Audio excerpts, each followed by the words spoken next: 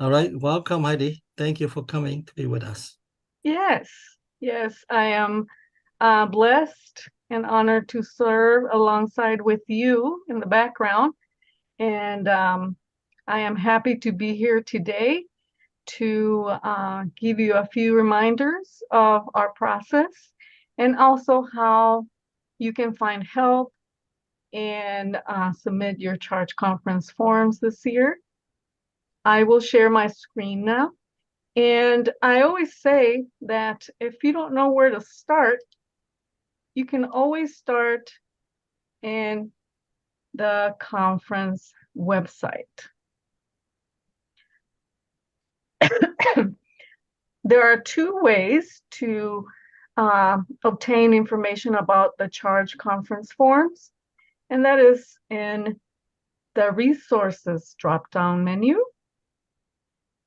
And you'll see a link there that'll say church conference support. So we have gathered all the information in that one page for you to be able to access your charge conference form, how to submit your compensation form, how to fill it out. So we'll go through that page in just a minute. Also, to log into your people portal. And a lot of people have been asking, well, this is the first time I hear about it, or I don't remember. Yeah. But your people portal is your window to access your church database information with the conference. And you can go to the home page here. That's where we are. And you can just scroll down to quick links. And you have the people portal login link to log into your people portal. We also have the church dashboard login, but you would have to create another username and password separate from your own to access the church dashboard. But I always advise everyone that you can just log into your people portal and you will automatically have access to the church dashboard. So you don't have to remember 2 usernames and 2 passwords. You can barely remember one. And I always also suggest to make your username your email. And I know there's conflict sometimes when a few people in the church use the same email. So watch out for that. But that's where we go to log into our people portal. But I'm not going to go there yet. We're going to continue on our homepage here and go to resources again and to the church conference support page. Like I mentioned, we've tried to gather all the information you need to know for your church conference. Here you will find the due dates. We'll go over it in just a minute.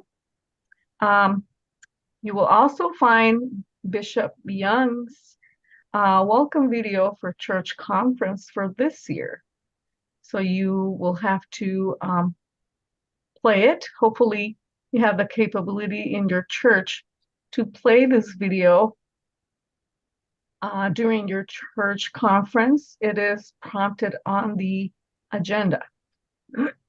So you will play the video from here or go to, you can also share the link to the person in charge of sharing the video and email it to them. But here is the video for Bishop Young's, and it is included in the agenda as well, which your DS, have you sent it out, DS? Yep, I did. You have it. Okay. Yes. All right. So everyone has the agenda for the church conference, and whether your DS is presiding or not, we encourage you to play Bishop Young's video. Again, we have another link to the people portal, to the church dashboard. We have instructions on how to update your leadership assignment, very important. If we have enough time, I can go over that.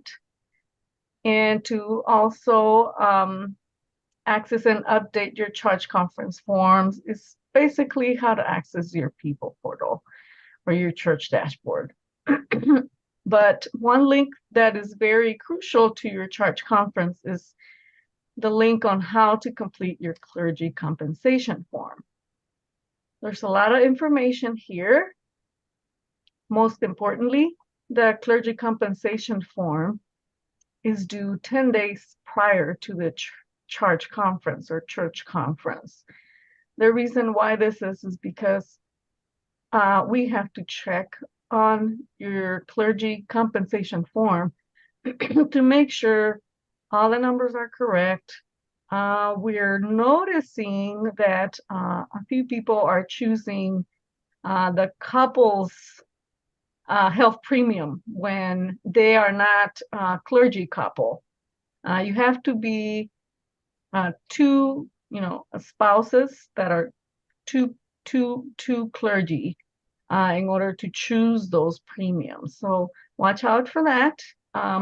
So, the 10 days window that we give out is exactly for that reason. We're checking on the correct health insurance premiums that you've chosen.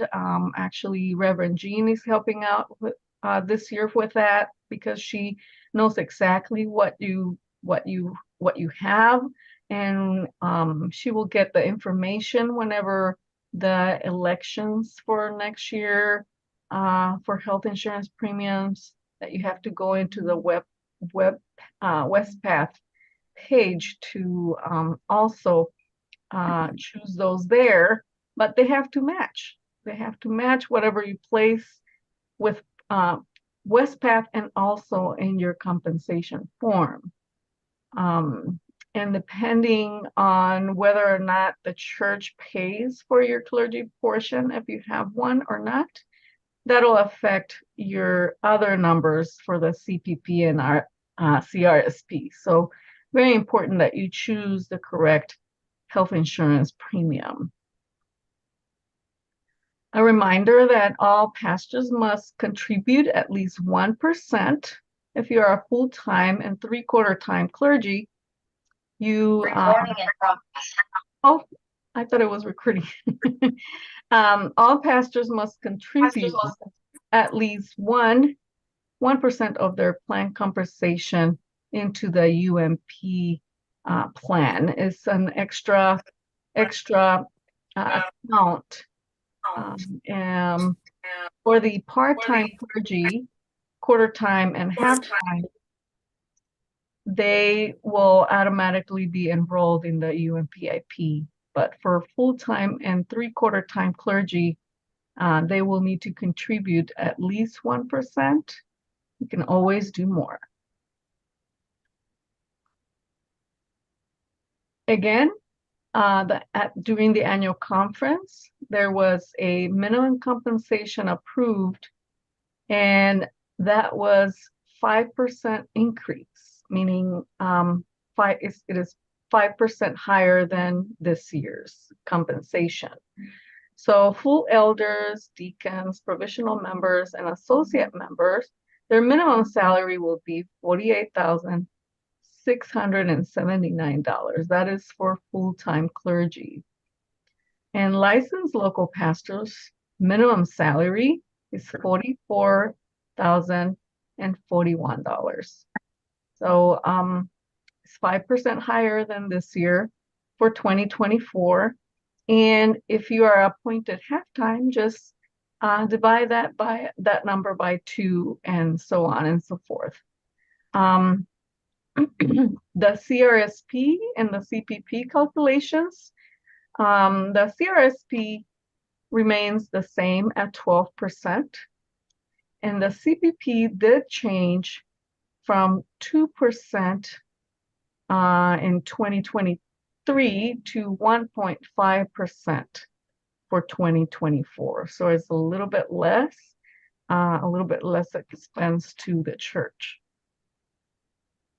And here's just the explanation how those numbers are calculated.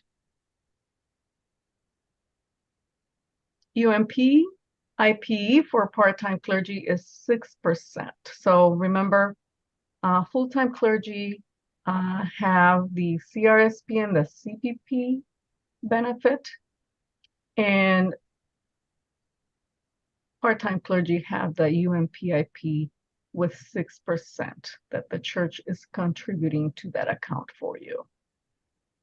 Any questions on these?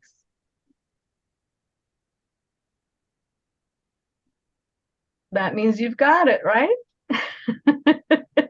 All right, so we're going to scroll back up. And again, since we have our people portal link here, we're going to log in.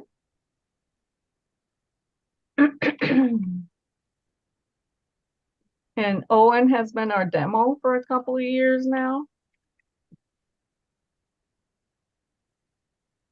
And I log in just to show you how it's done and how that page looks like and should look like for you.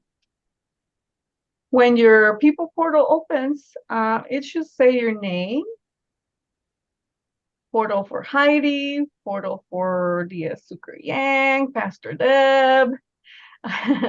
So it needs to say your name.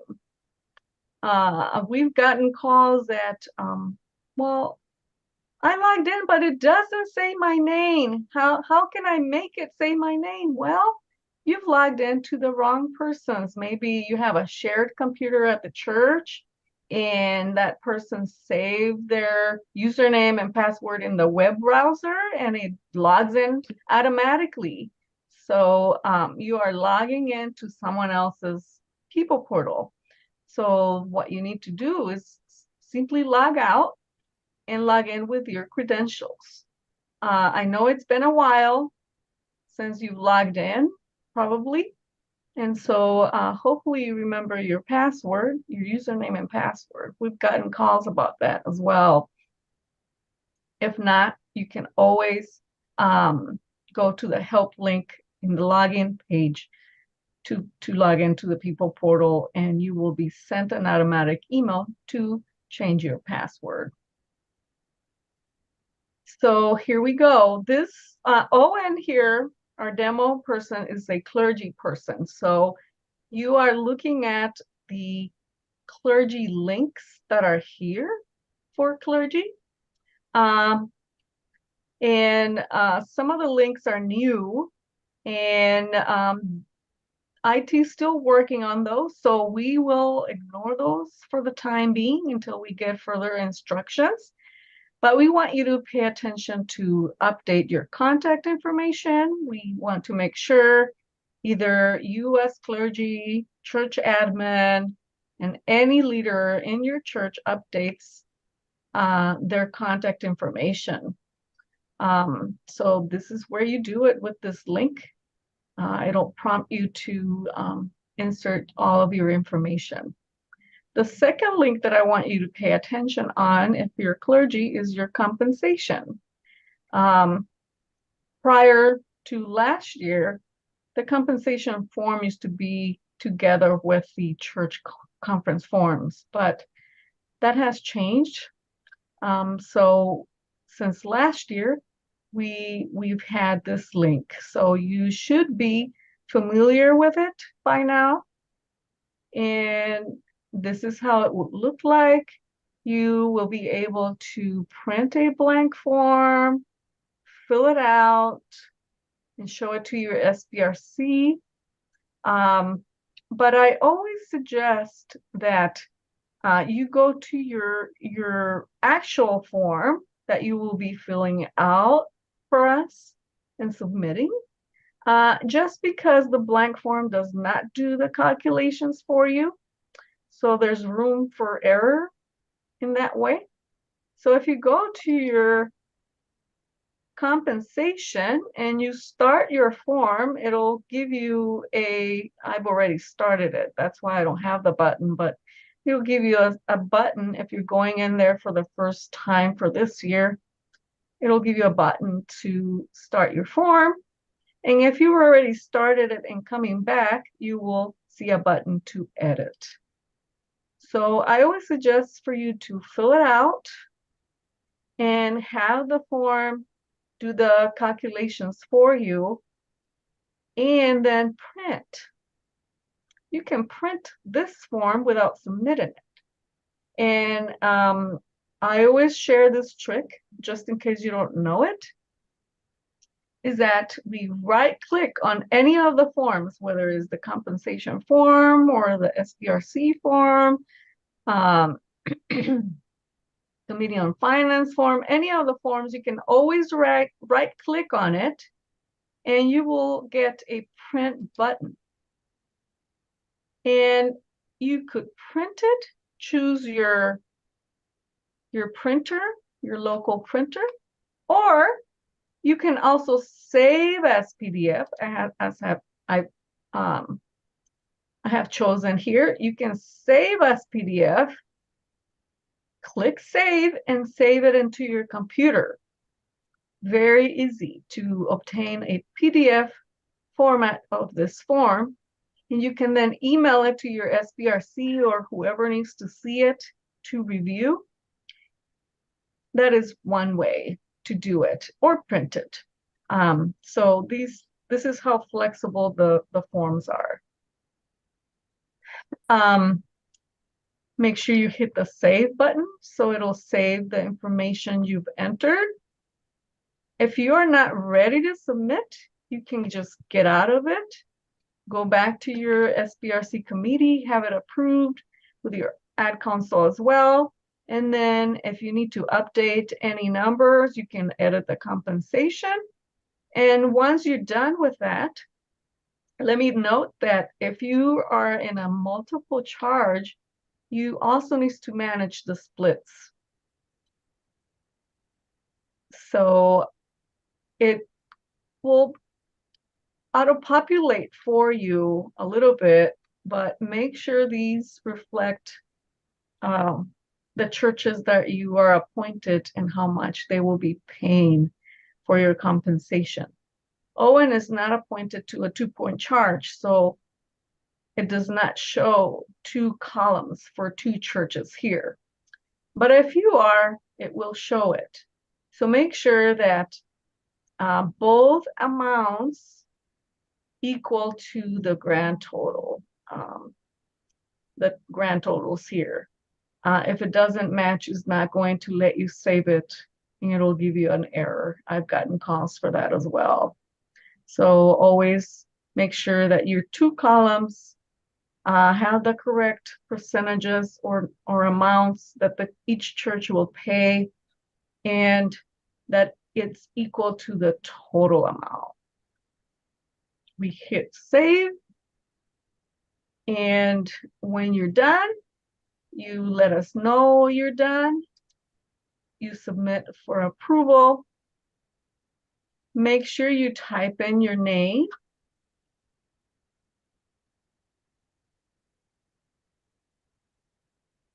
We need to know who is submitting the form, whether it's the SBRC or the clergy person. And approval date, you might want to insert your charge conference date, not the day you've submitted it. So because that's when it's actually going to be finally approved. So, and any notes that you want us to know, if you have questions, you can always type them in here. And then you hit approve.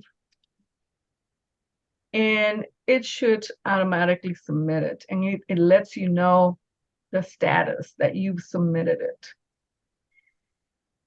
Also, if you went back to your committee and they graciously say, oh, we're bumping up your salary a little more, praise the Lord. You can always email us, call us, and we can submit the form for you again, so you can change those numbers once more. So again, sometimes it's a back and forth process.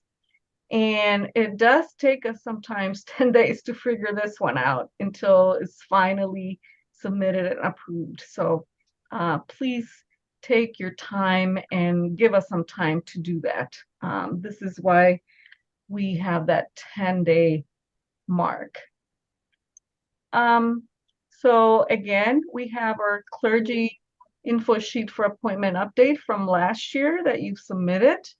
You can review it, and you can also reference that form to the form for this year. They changed the name here a little bit, clergy appointment form, but you know what that form is about. Start the form just like the other ones, fill it out, click save, submit. All of the forms we are able to unsubmit on our end, but try your best to fill it out and make it final. You can always save it and not submit it just in case you're not sure yet if you're done with it. But remember that this form is due November 15th. On your church dashboard, we'll probably go to this one at the end because that's where we update leadership assignments, update contact information, update the church information. And if we have enough time, we can go over it a little bit quickly. You have your 2022 church conference forms from last year. So you can reference those to fill out this year's forms. So we'll go ahead and go into this year's forms. It looks almost exactly the same. You have your due dates for each forms. 10 days prior will be the clergy compensation form.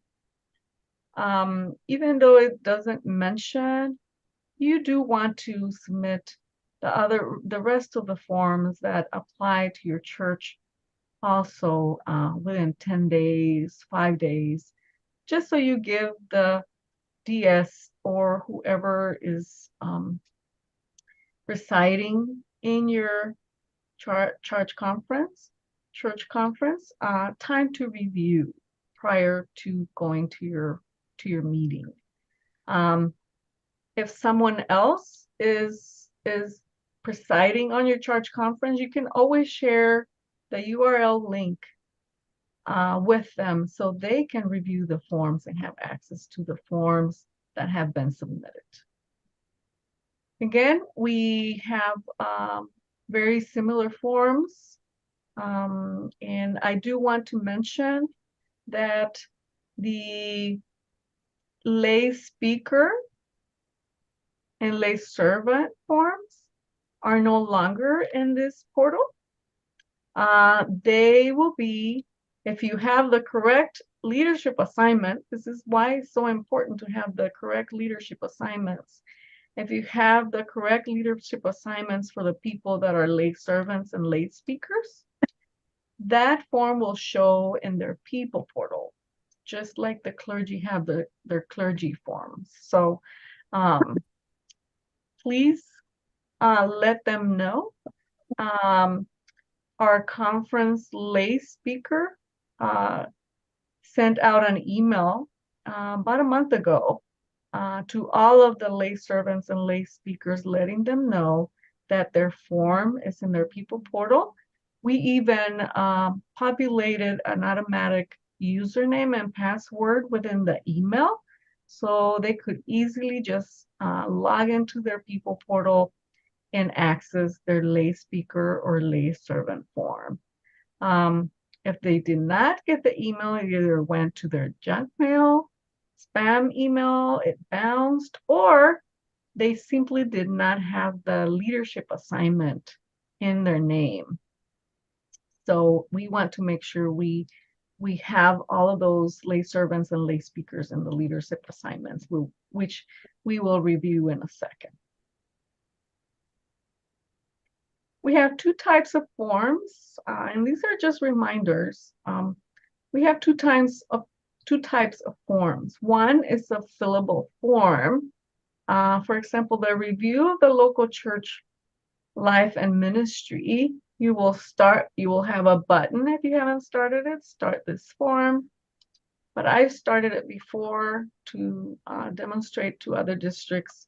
So that's how it looks like on my end. But this is a fillable form. So you can just type your answers after meeting with a committee. And the review of local church life, the ad council chair submits this form after the committee has met and reviewed the questions and have um, unanimously answered the question. So you can just start filling out.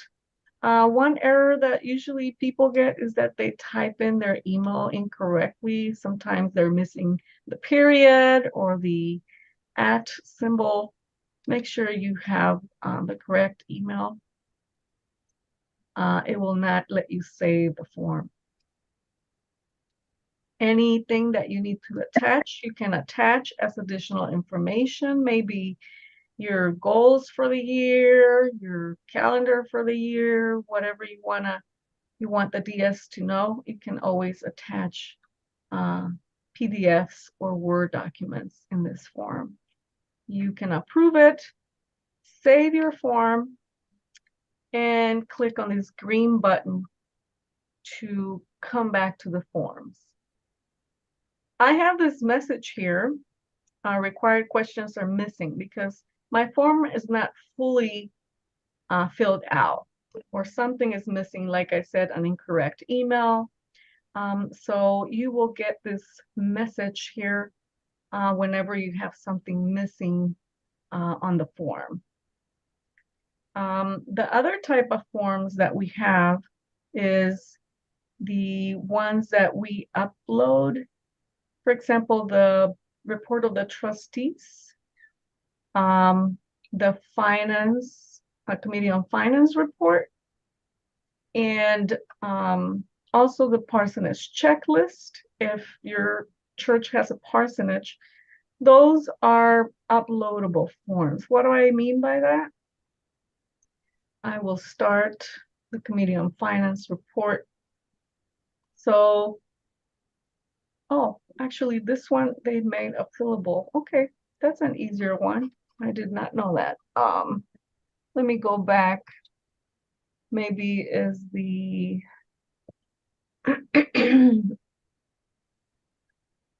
trustees. Yeah. So you need to download the report, for example, and fill it out. These are the usual trustee forms. Fill it out, save it in your computer, and then attach it to the form. Attach the file, it'll take you to your computer. So that's one. Another one is your budget. You also have to attach that form into, because the church formulates budget. It's not a form per se. Another one is the minutes. You have to upload the minutes, conference minutes. You have to attach them here, insert all the information.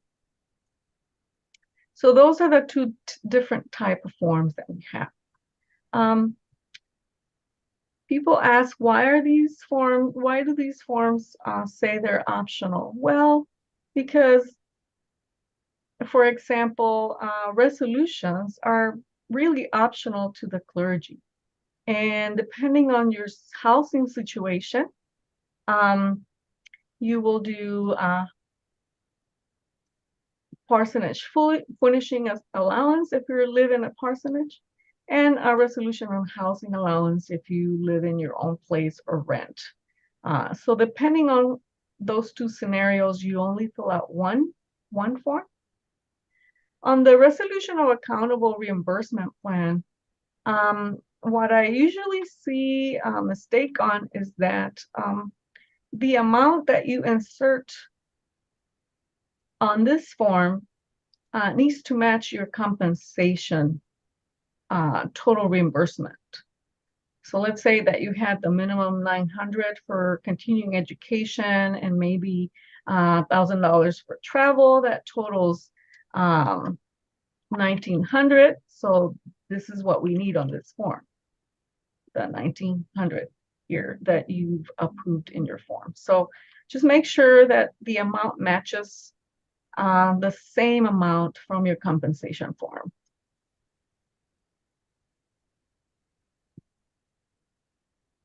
Any questions on the forms?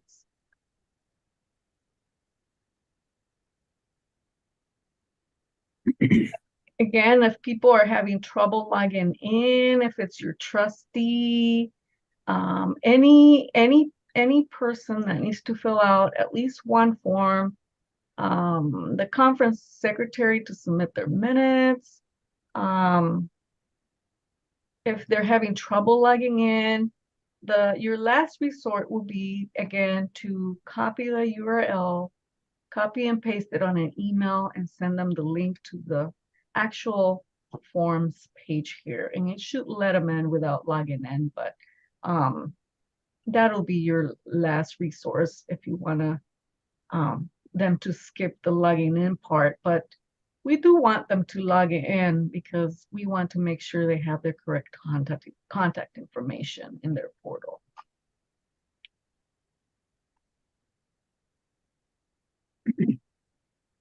Heidi, Yes. just a quick question. So, as long as the assignments are correct for the email, each of the assignment leaders should have received kind of a login code or kind of an initial way to get in. No, they do not get an email that lets them know to log in. So if you add someone in the as a leader in your church, you need to guide them to or direct them to the people portal login, right? So I've just showed you. You let them know wisconsinumc.org. You go in there, look for the link under quick links. And so what they need to do is if they're logging in for the very first time, they need to say, need help logging in. So they need to click on this link first. Oops, I'm logged in already. Owen is logged in. But so when they click on the need help, remember, their email, the one that you've assigned to their leader, to their name, needs to match the email that they're going to insert here. So the database communicates with itself. Yes, this person's in the database. Yes, he or she can have access, right? We cannot just let anybody go in there. So in a way, when we assign leadership assignments, we are giving permission to those people to access the private information of the church, which is the charge conference forms, especially if it's an SBRC. They'll have access to the pastor's compensation form and whatnot. So sometimes people email us and say, "Oh, I just been assigned treasurer." Well, I always reply and copy their pastor to confirm, yes, he or she has been voted a treasurer, mid-year or whatnot. So yeah, we privacy is very important. So we do need that to happen. Good question. Thank you. Mm-hmm. So the only ones that were automatic were the ones that you mentioned for the lay servant and lay leader, lay speaker forms. And they were not exactly automatic. We thought that they needed to hear from the lay the lay person, conference. Ben Brunsell is the lay speaker for the annual conference, and he needed to communicate that, and we wanted to make it easier for them since they're not.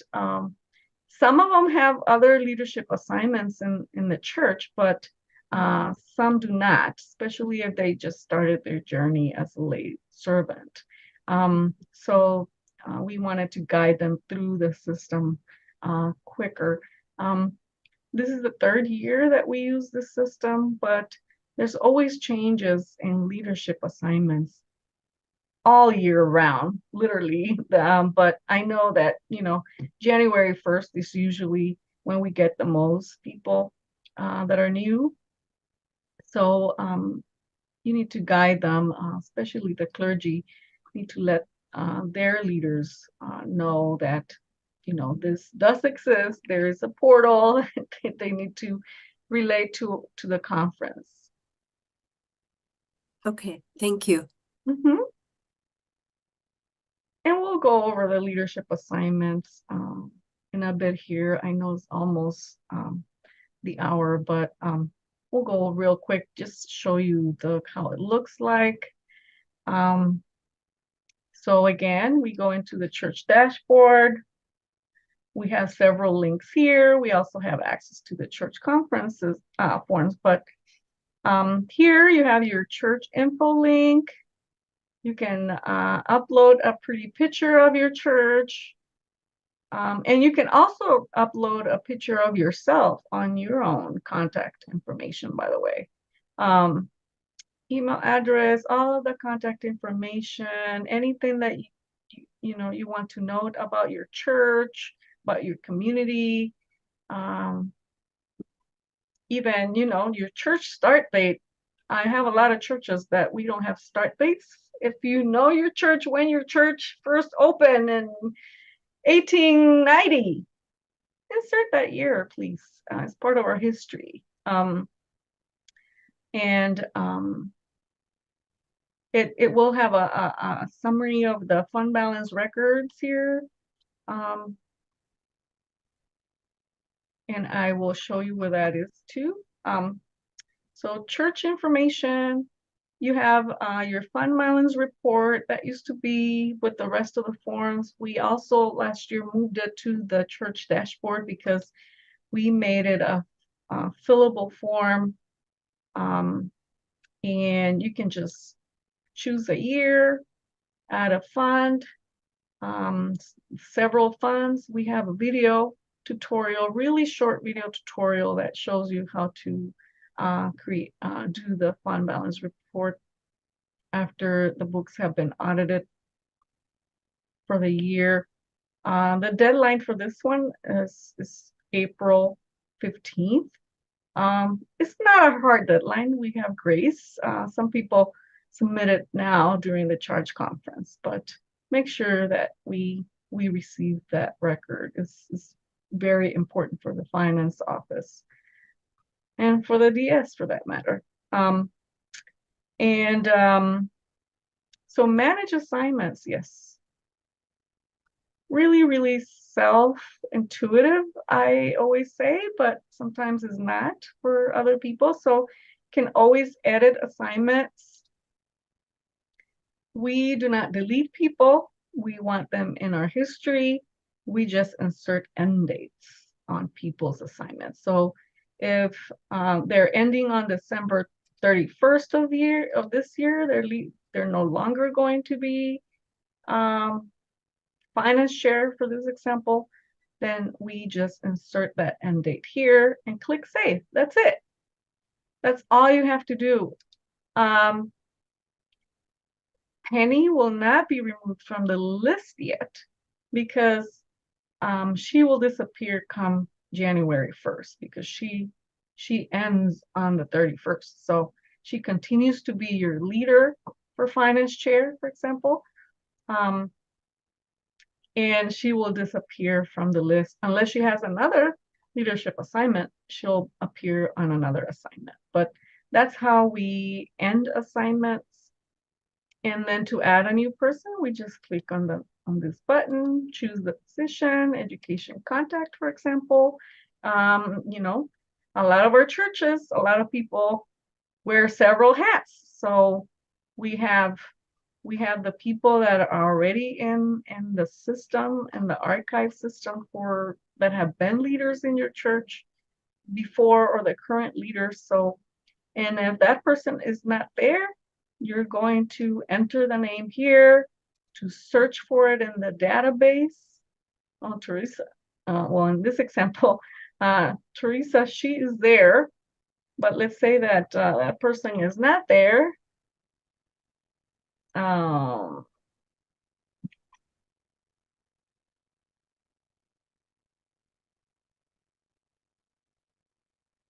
There's a Carrie. There's lots of Carries. Anyway, I was trying to find someone, but if that person is not there, then you click add a brand new person in the database, and you go through the same thing, enter their contact information, and you add the contact to create that person. But it'll know is the education person. So that's how you manage the assignments. For managing contacts, you simply edit that person. You don't have to do anything with their assignment. Just edit, click edit, and edit any of their information and click save. That's how quick it is and painless. Another quick question. So would you remove somebody under your contacts list if they're no longer a member? The people here, so if they're no longer a member, that means that they resigned from their leadership assignment. Yeah. So again, you will just end their assignment. Let's say they said, I'm leaving today. I'm leaving today. I'm turning in my leadership assignment. I no longer want to be the treasurer, whatever. So you just insert today's date on there, October 3rd. And that's it. You click save. So these are not, well, if they have leadership assignments, that means they're members of the church. But right. This is not the full membership list. This is just the leaders of the church. Okay. But if that person so happened to say, I no longer want to be a member, I no longer want to be the treasurer, take me off. Sometimes we get those emails. And we'll take them off per their request, but you can also do that as the church admin or pastor. Yeah. Thank you. Yeah, you're welcome. Any other questions? Again, that's how we manage assignments, manage contacts.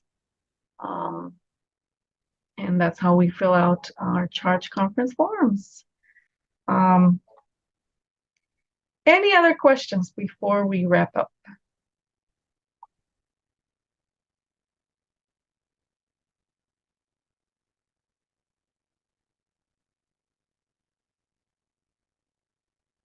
All right, well, thank you so much. You've been attentive, you've asked good questions. I hope and pray that you have great church conferences. As always, Christy and I are here to help you. We're just a phone call away, an email away, so we can assist you with anything. Make sure that you submit your forms in a timely manner, so it'll make the DS job a little bit easier. Thank you. Thank you, DS Zucker. Thank you, Heidi.